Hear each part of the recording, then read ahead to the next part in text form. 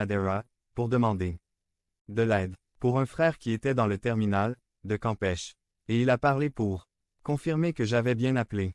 Bien sûr, je lui ai dit que la même chose m'était arrivée et que cette personne était clairement un escroc. Mais l'histoire ne s'arrête pas là.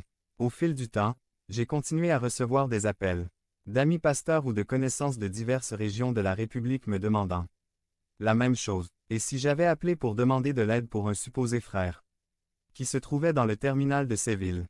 J'ai reçu des appels Aguascalientes, Puebla, Acapulco, Ciudad Victoria, entre autres. Et je dois dire avec tristesse qu'il ne s'agit pas d'un cas isolé inconnus s'approchant de l'Église pour demander de l'aide. Décidément, des expériences comme celle-ci vous découragent d'aider ou de penser aux besoins matériels des autres. Pourquoi vouloir aider ceux qui en ont besoin? Pourquoi s'impliquer en cherchant à améliorer la vie de la communauté qui nous entoure?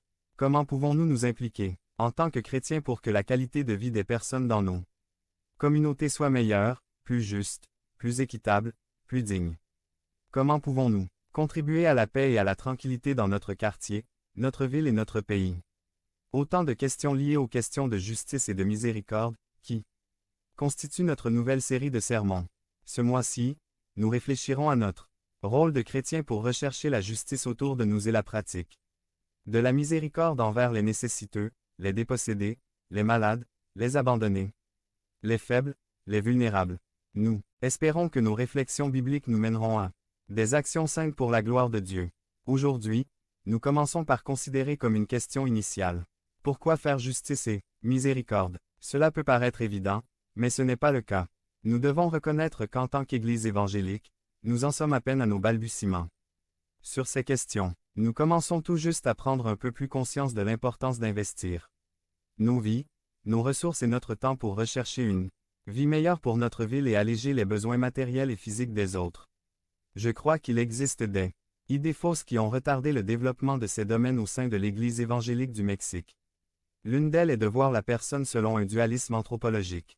C'est-à-dire que la personne est considérée comme étant réellement l'aspect spirituel de la personne et que l'aspect matériel est, au mieux, accessoire ou secondaire. L'important est que son âme soit sauvée, même s'il meurt de faim. Mais la Bible nous amène à voir la personne de manière globale. La personne est complètement perdue corps et âme. Et le salut est complet, dans le corps et dans l'âme.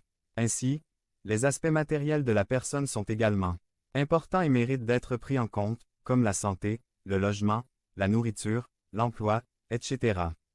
Cette conception erronée de la personne nous conduit à la deuxième erreur pratique consistant à prêter attention, en tant qu'Église et en tant que chrétiens individuels, à ce que nous considérons comme spirituel, en laissant de côté ce que nous considérons comme matériel ou physique dans notre communauté. C'est-à-dire que nous nous consacrons aux moyens de grâce, à l'évangélisation, au culte liturgique et laissons de côté notre intérêt pour le bien-être social de notre peuple, après les communautés, dans les besoins matériels et physiques des personnes qui nous entourent. En matière d'injustice sociale et de violation de la dignité des êtres humains qui nous entourent.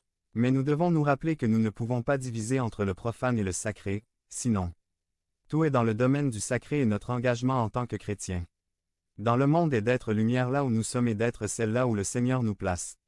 Nous avons beaucoup à faire dans notre société pour influencer les valeurs du royaume de Dieu sur terre.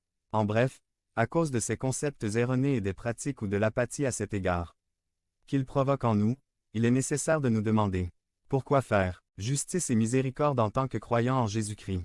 Pour réfléchir à cela, je voudrais consulter un passage de l'Ancien Testament. Dans le Deutéronome, dans le livre du Deutéronome, plusieurs années se sont déjà écoulées dans le désert après avoir quitté l'Égypte. La première génération qui a quitté l'Égypte est déjà passée, et maintenant Moïse s'adresse à cette deuxième génération qui allait entrer dans la terre promise. Moïse, dans le Deutéronome, raconte l'alliance de Dieu avec son peuple, rappelle ses promesses mais aussi ses avertissements.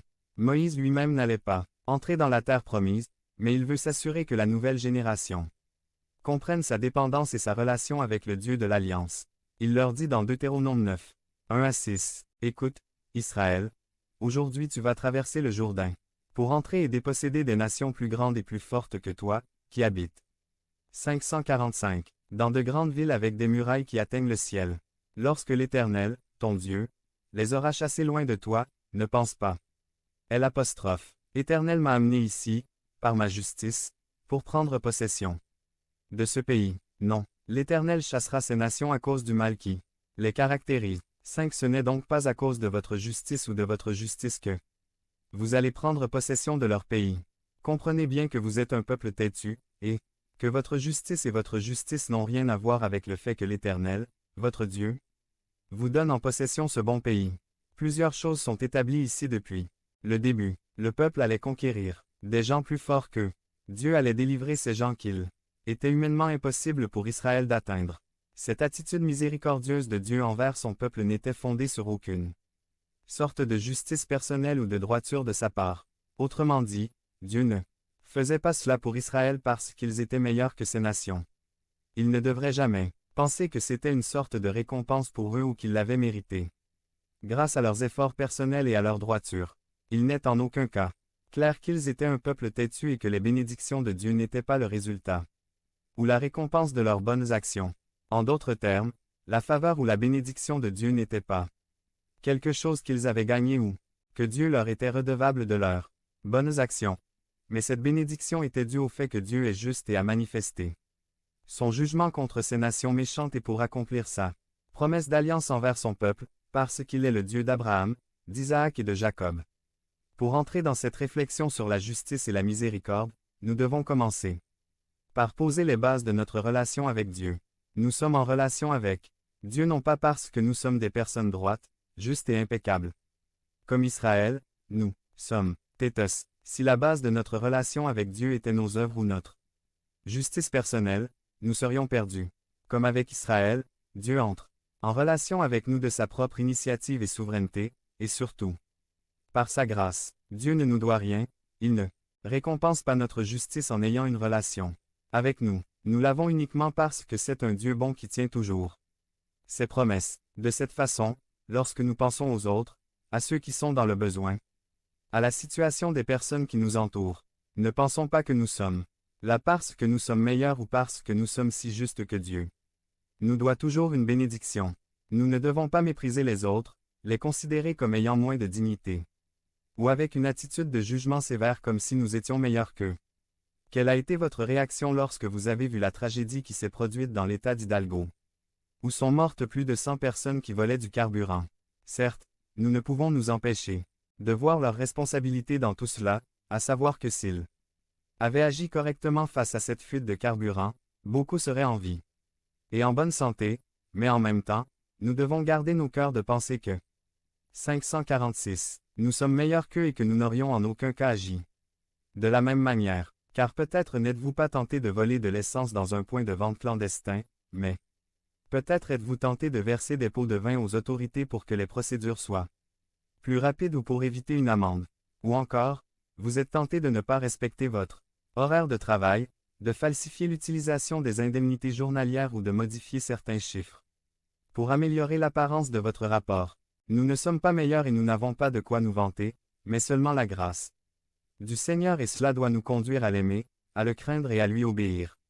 Après s'être souvenu de l'incident du mont Sinaï où Dieu donne les tables de la loi à Moïse et quand il descend, il trouve le peuple plongé dans l'idolâtrie du veau d'or et tous les événements successifs, Moïse leur raconte, à titre d'instruction et de direction, à cette deuxième génération qui allait posséder la terre promise. Deutéronome 10, 12 à 13. Et maintenant, Israël, que te demande l'Éternel ton Dieu? Simplement que tu le crains